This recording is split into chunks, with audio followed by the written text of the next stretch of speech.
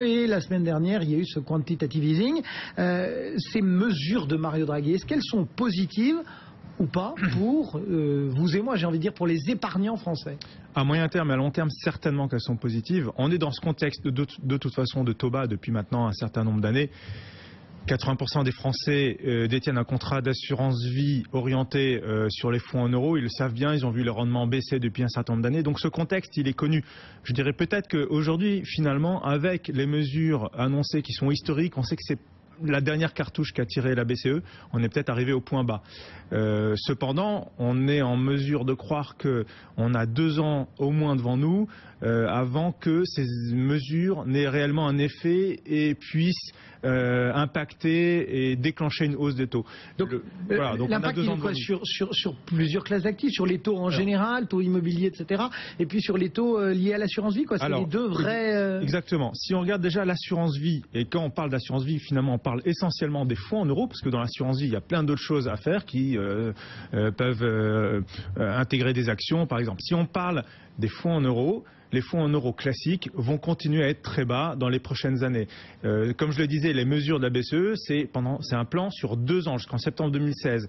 Pourquoi? Parce que la BCE veut retourner vers une inflation à 2%, c'est son contrat, et elle sait qu'elle n'y arrivera pas avant septembre 2016. Donc les fonds en euros classiques vont continuer à être très bas pendant les années prochaines.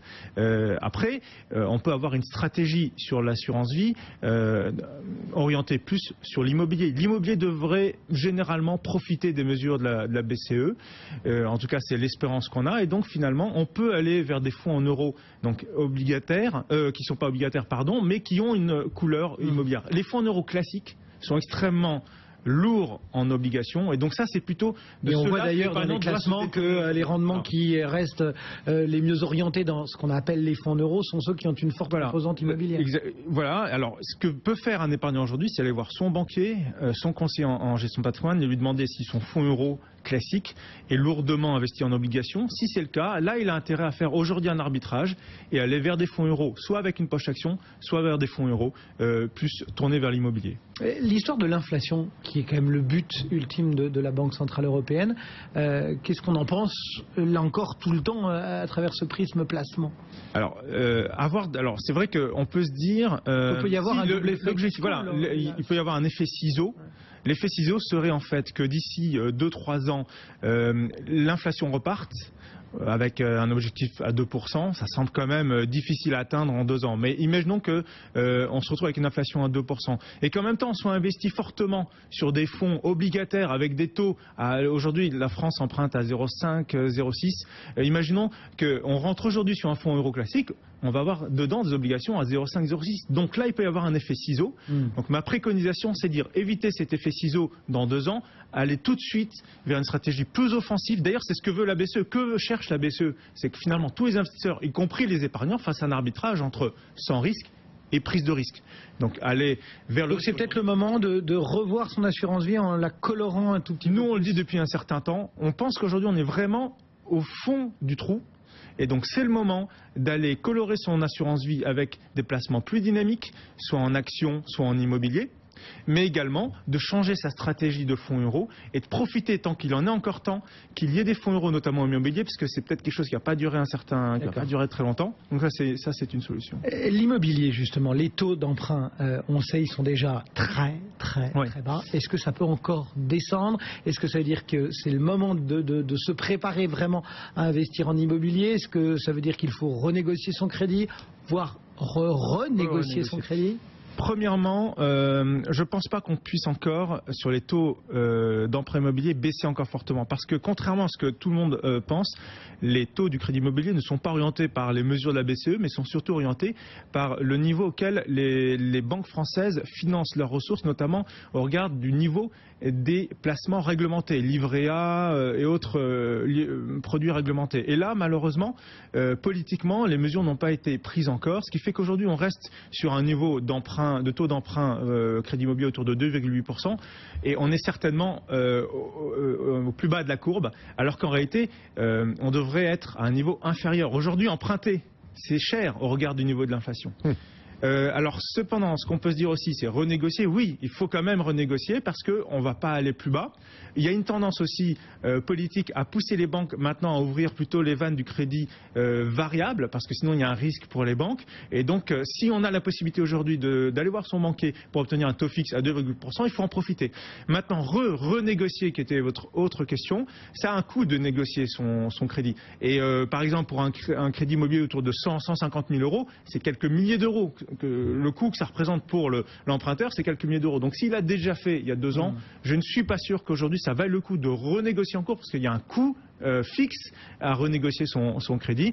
Et donc ça, c'est certainement quelque chose qu'il faut faire le calcul. Est-ce que ces taux immobiliers qui vont quand même rester durablement bas vont pas donner un attrait supplémentaire à l'immobilier face par exemple à l'assurance vie? Est-ce que certains qui se disent bon ben voilà, pour préparer ma retraite j'investis dans l'assurance vie, ils vont pas finir par se dire ben non, les taux immobiliers sont bas, je préfère acheter de la pierre? Et donc ils peuvent acheter de la pierre. Les épargnants ont intérêt à le faire dans le cadre de l'assurance vie, notamment à travers les SCPI. Les SCPI d'entreprise, par exemple, rapportent des SCPI d'entreprise, on m'a bien compris, rapportent plus que l'immobilier classique, que l'immobilier résidentiel. Donc aujourd'hui, la solution, effectivement, c'est plutôt d'aller vers une prise de risque supplémentaire, même si cette prise de risque est extrêmement limitée, avec des rendements qui sont autour de 4-5% dans le cadre de l'assurance vie. Et en plus, on bénéficie de cette manière-là d'un cadre fiscal extrêmement attractif. Donc l'idée est plutôt de dire ne jetons pas aux orties notre contrat d'assurance vie, utilisons-le autrement. Avec des fonds patrimoniaux, par exemple ? Avec des fonds patrimoniaux, c'est une autre solution. Il y a aujourd'hui des fonds patrimoniaux. Moi, j'aime bien les fonds patrimoniaux assez flexibles. Aujourd'hui, on est quand même dans une situation, même si l'incertitude, on voit la réaction aux élections grecques est quand même mesurée, les marchés sont stables, mais malgré tout, il faut aller vers des fonds qui sont plutôt flexibles, orientés à l'international. Donc, il y a pas mal de fonds patrimoniaux aujourd'hui qui certainement vont permettre de délivrer de la performance dans les mois et les années qui viennent, et où il y a une vraie flexibilité. C'est ça qu'il faut jouer aujourd'hui, cette flexibilité.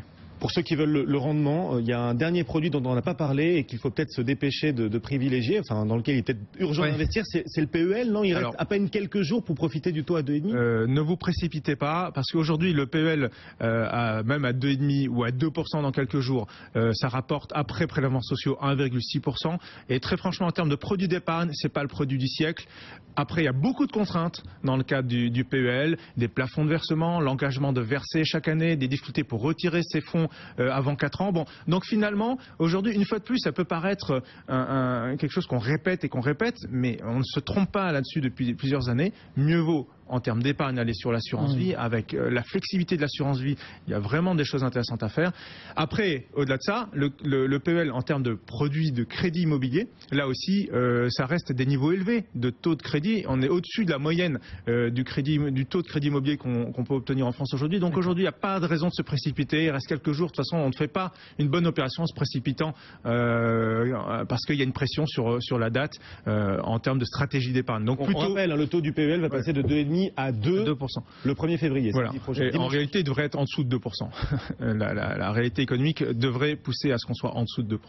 Merci beaucoup pour ces précisions. Vincent Kutkovic pour bienprévoir.fr.